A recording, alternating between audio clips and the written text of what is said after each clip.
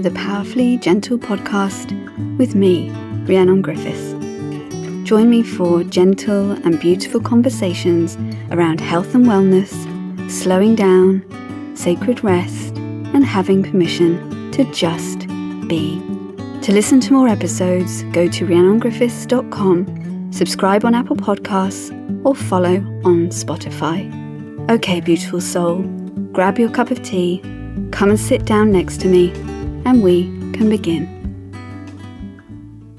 Hello and welcome to episode 2. In this session, I wanted to talk a bit more about one of the main pillars of my work and something that I feel so strongly about, and that is rest. Now, it may have only been in the last few years where my retreats and my online offerings have had that sort of trademarked sacred rest title, but this is not a new message from me. Oh my goodness, no. My patients have been hearing me talk about the importance of rest for many, many years. Well, definitely over a decade now.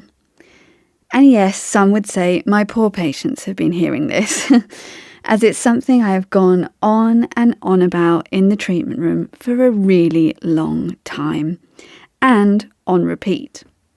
The number of times that I have said over the years in my acupuncture treatment room to many different patients that one day I would write a book with the title, "Rest is Not a Dirty Word." Well, let's just say, if I had £1 for each time I've said that, I would be a millionaire for sure. And yes, the book conversation is probably for another time, because I know many of you listening have been waiting a long, long time for me to finish writing about the 5 elements, let alone writing something about rest as well. But I digress already. And the more that we spend time together here on the airwaves, the more you'll get used to me doing that. But going back to what we were talking about today, the reason that I've said this phrase so many times to so many different patients over so many years is because rest is one of the fundamental parts of our health and our wellness. Rest is indeed not a dirty word, and yet it has been treated as such in society for a really long time. It's something I've had to work with patients a lot on over the years, undoing all of that programming that has been ingrained from societal norms, conventional work structures, and or family expectations and family patterns. Plus, helping people to release all that guilt that they feel around rest. You know, that's a really big one. The feeling lazy for resting or worrying about being perceived as lazy, fearing what others will think, listening to what other people say, perhaps even receiving snide comments or digs about looking after yourself or resting or slowing down. Or for some patients, the work has been around not being able to sit still or pause, having to learn how to slow down. And over the years, I've started to wonder, when did rest become such a dirty word? Something to avoid, something to look down on, something to sacrifice. When did sacrificing ourselves and running ourselves into the ground become okay? Because I'm here to tell you that it's definitely not okay, and it's gone on long enough. And yet, I also know that it's not always easy to put ourselves first or to feel allowed to invest in ourselves. And by that, I mean an investment of time or energy or even money. It's not always easy to direct those things towards ourselves, to invest in our self-care, our health, our well-being. It's far, far easier to invest in our businesses, our families, our continuing professional development, right? all of those other legitimate things that feel easier to invest in, or like you're more allowed to spend money and time and energy on. But I promise, by investing in yourself, especially in this way, when it comes to rest and your health, you are actually also investing in your business, your family, your relationship, your professional self, all of those other things. By allowing yourself to rest, gifting yourself time and space, you are investing in that. Or in fact, if you invest in things that help and support you to do this, because I get it, if it hasn't been part of your norm or your routine or your life before, then it can be a real challenge to do this, or to know how to do it, or how to continue with this new way of thinking. So you might have started it, but it's a new way of being for you, a new way of living, and you might need some assistance to keep going with that. But by investing yourself in this way, giving yourself time, gifting yourself time and space and healing, that recuperation and replenishment time, you will be a better business person, a better partner, a better friend, a better parent, a better therapist, whatever you are. You can only be a better version that has more energy, more chi, more health, more patience, just more of more. Because by slowing down, by pausing, by being, we actually get more. But that's a big topic to maybe save for another episode, because it really does open up so much more. But don't get me wrong, there can be heaps of resistance around rest too. Like, we know cognitively in our brains what we should, in inverted commas, because I'm never a fan of the word should, but we often already know deep down what we should be doing. Like having more work-life balance, taking more time off, not pushing so hard all the time. But, there's always one more launch, one more client, that big pile of washing, the food shopping to be done, a bit more paperwork, and so on. There's always something else to do. Whatever it is, we can then so often put rest to the bottom of the list, where invariably then it just doesn't happen. It just doesn't get done.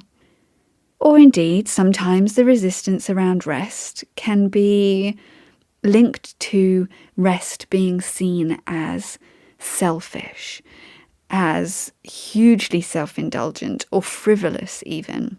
Like it's a luxury or something that's unnecessary. You should be able to carry on and do all of the things and be okay. I mean, stressed and exhausted, but okay, like everybody else does, right? Spoiler alert here.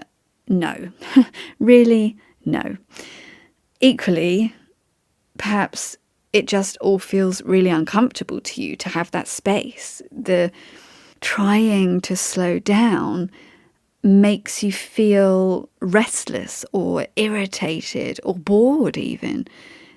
Sometimes it's like you feel like you have ants in your pants and you can't sit still. You don't know what to do with yourself if you're not busy.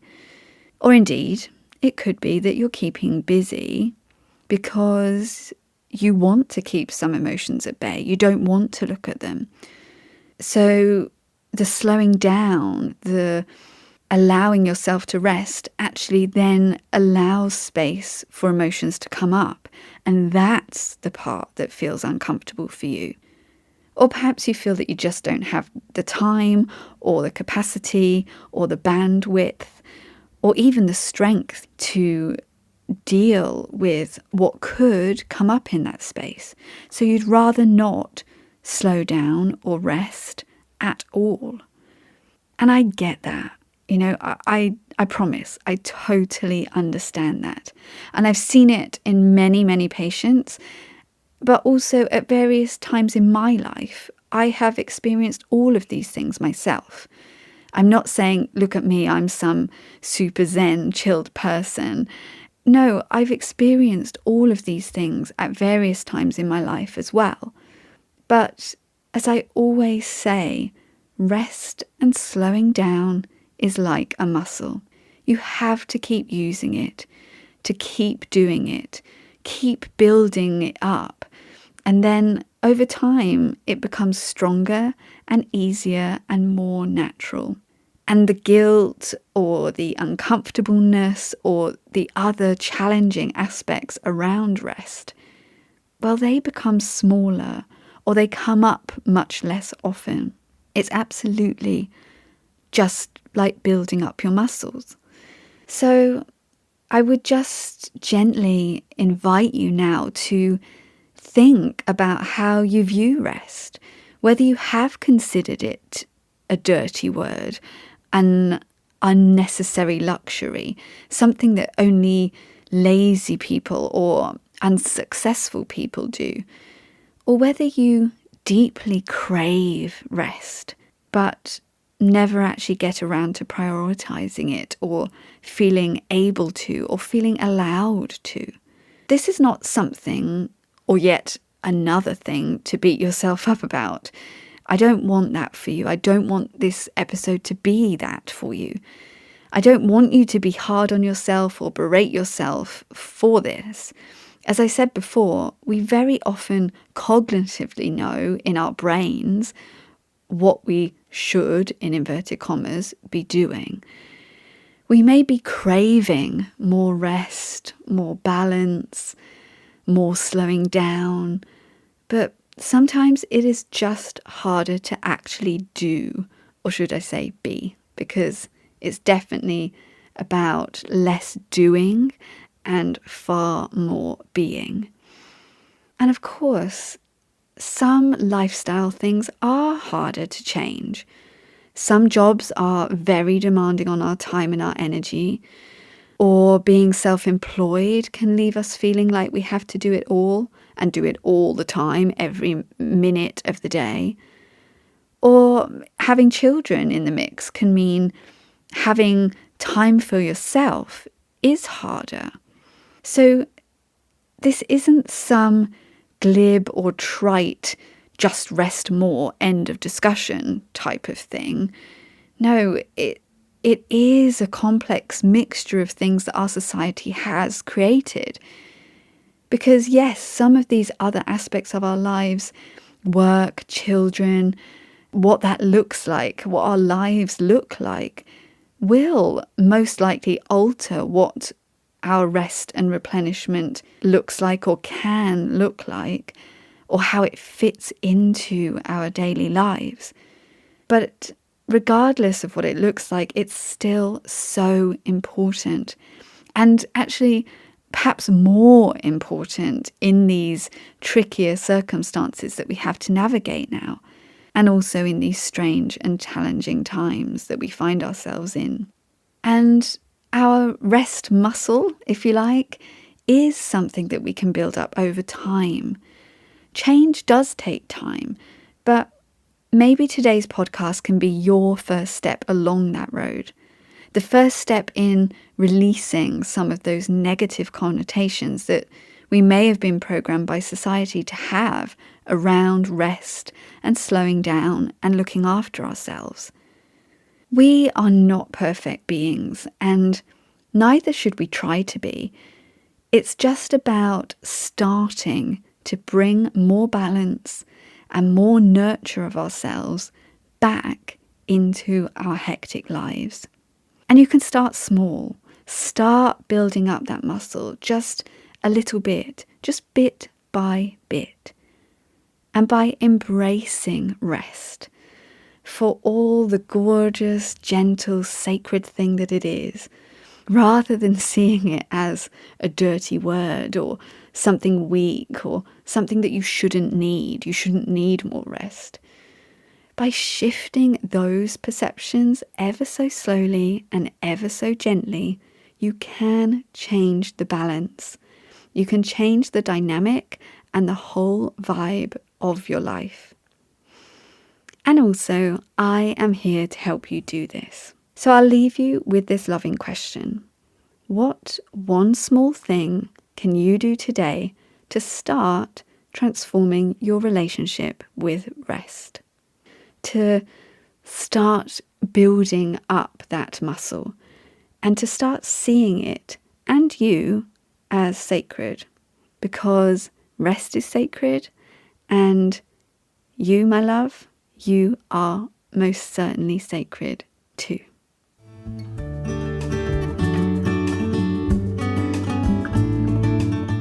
Thank you so much for listening to the Powerfully Gentle podcast. You can download more episodes and subscribe on Apple Podcasts to get new ones delivered to your device so you don't miss out on any of the gorgeousness. For further show notes, information, and freebies, please go to rhiannongriffiths.com. And if you know someone who would resonate with today's conversation, please do forward this episode to them. You can share this episode on Instagram stories, tagging me at rhiannongriffithsAQ, and also tag the podcast at Powerfully Gentle, so that more beautiful souls just like you can benefit from this ancient healing wisdom. And I would also love to hear your thoughts on today's episode. Sending you so much love, and I look forward to sitting with you and talking again next time.